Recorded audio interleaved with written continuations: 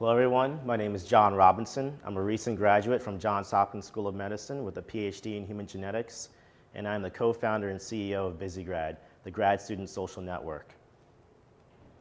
Our story begins with my life as a grad student at Johns Hopkins. I had just gotten into a new school.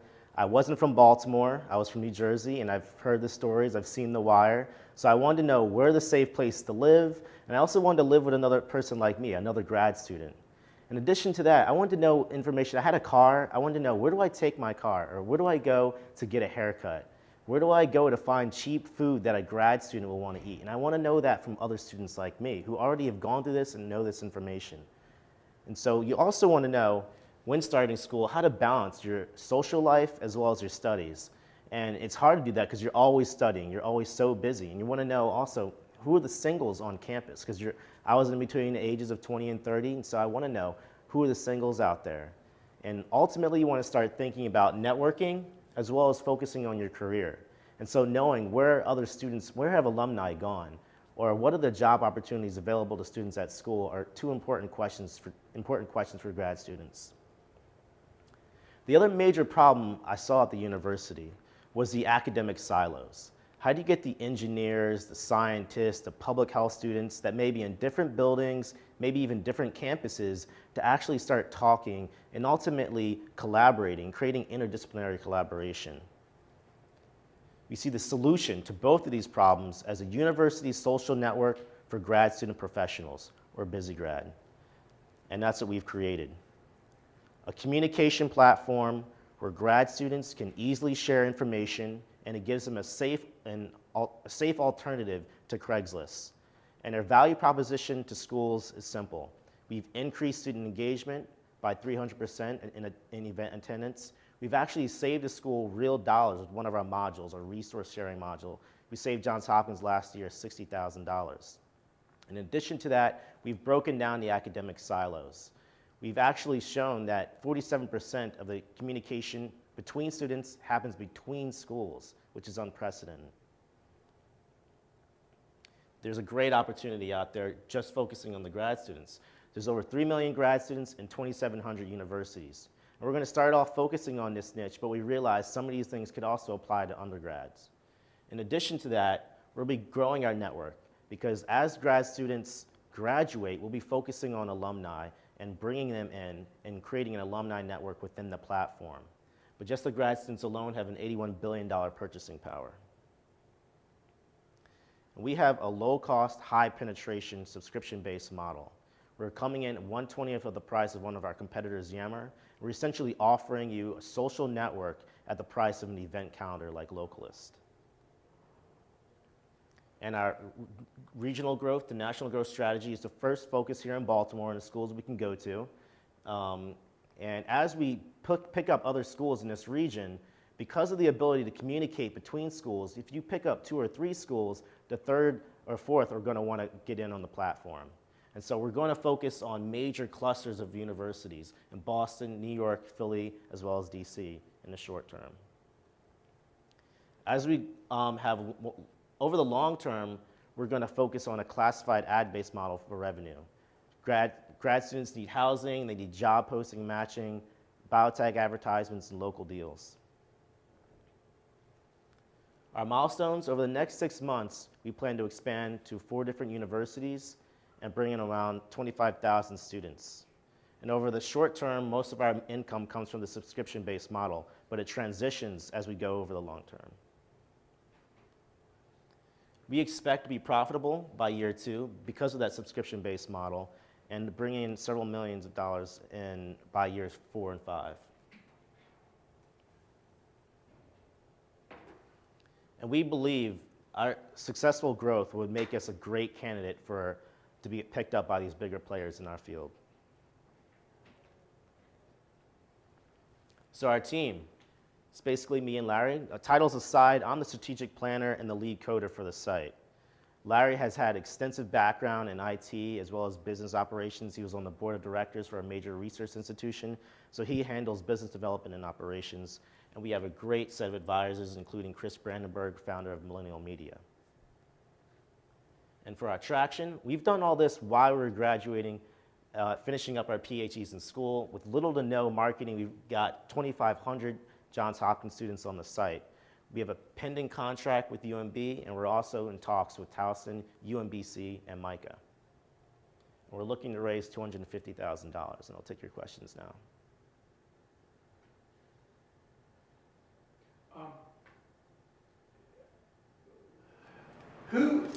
Okay, your customer, I got the model, it's advertising revenue, generally. But you also, how do you approach the school? I mean, what's the, what do you expect the university to do?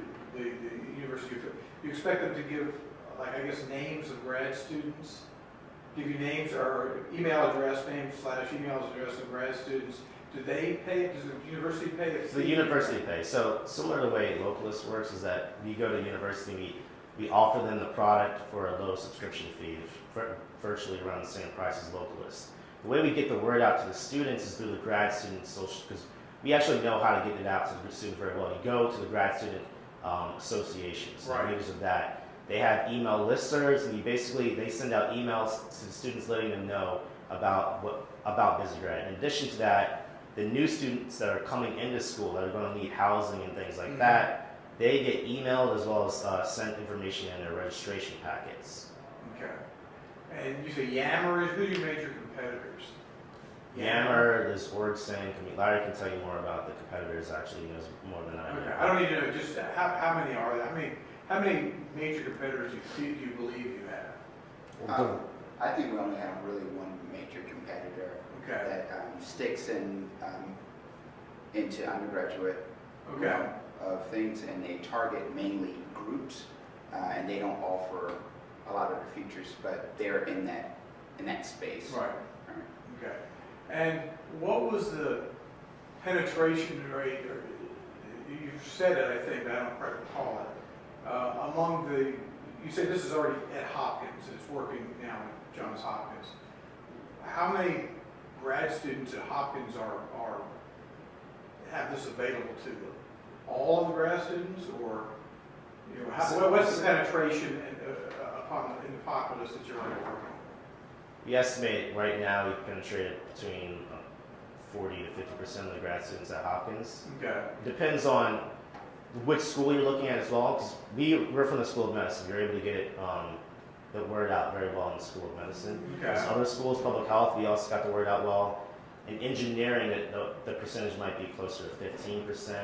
So it really depends on how well you're able to get the word out there. Yeah. So within the School of Medicine, we're already at like 80% of all the students in the School of Medicine. And so our marketing campaign is really just starting because it was word of mouth for the early part, and we're now going back out and establishing different ways to reach other students. Okay. I can see where somebody newly coming into like the School of Medicine, for example, would use it, would like it, shows to get the lay of the land. What about ongoing? How does the use shift over time? Once the guy's in an apartment, he knows the local restaurants, he knows where he's going to school. What happens then? How do they use this? So there's also, I would say one of the major things is like the singles list. Mm-hmm. Like there are still a lot of singles, but another major component to it is collaboration. That's what we're talking about with the resource sharing module. It's called reagent share, and that's what's also really taken off at the School of Medicine, where a student, instead of purchasing a reagent, which can be really expensive, you can actually see if another lab has that reagent and is willing to share it with you.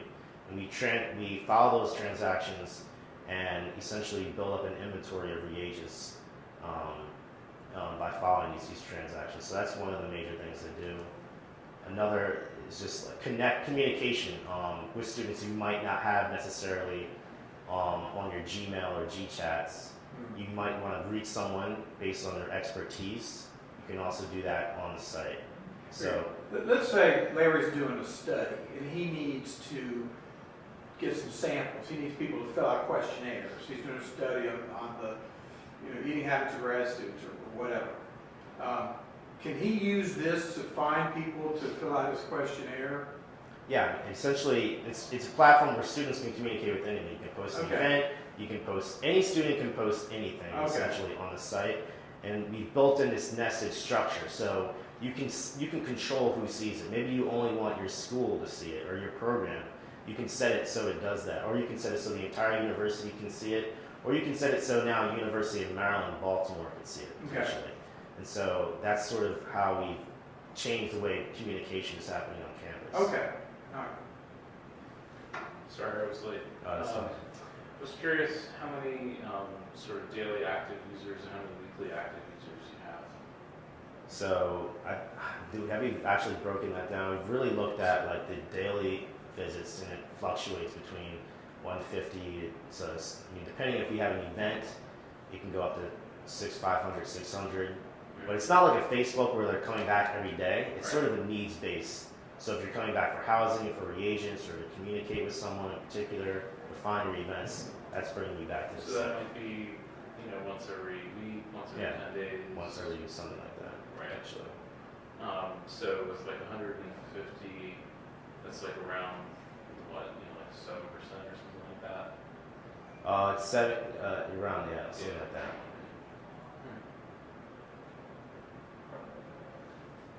About 7 minutes long, Tish, that was great. Less is better.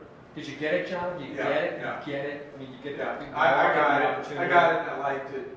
I It seemed thought- like from your questions. that you- Yeah, no, I thought John did an excellent job in the presentation. Okay, Yeah, he was personal at first, right. and then he kind of said, okay, then here's the problems we solved, and here's why it's needed. I got it. Good, Yeah, all right. I was very, very good, very All good. right. Good feedback. Yeah, that which I saw seemed very solid. Yeah. Thank you. First part was horrible. But What you saw. the problem is 5 minutes or 10 minutes or whatever it is really short. It's short, but you gotta get it. Yeah. I mean, you gotta get it in that time frame, Yeah. otherwise, what's the point? Because my need was to do a drill down. Okay, I got the concepts, I got how it works and all the pieces where they fit. Now, I'm a grad student. What does it do for me? Yeah. And a sample. I mean, when you elongate the presentation, I'm not sure you can do this in 10 minutes. What I'm talking about. But then you say, okay, here I just started out. Okay, boom. Here, I can look at an apartment. Boom. Restaurants. Boom. I'm at the campus. Boom. Or whatever. And then, okay, I've been here for 3 months now. I'm sitting here. I'm kind of in a rut. Now here's how this helps me in my rut. Boom. Boom, boom, boom. Yeah. But you got enough in the 8 minutes to then follow up one-on-one with insightful, more detailed questions. I was. That's great. I didn't. Yammer, I'm not familiar with, but I think down the road you're going to have to show how you differentiate yourself from Yammer, kind of in detail. Again, not in this presentation. You don't have enough time, but just down the road. Okay. Maybe that's a suggestion. Cool. All right.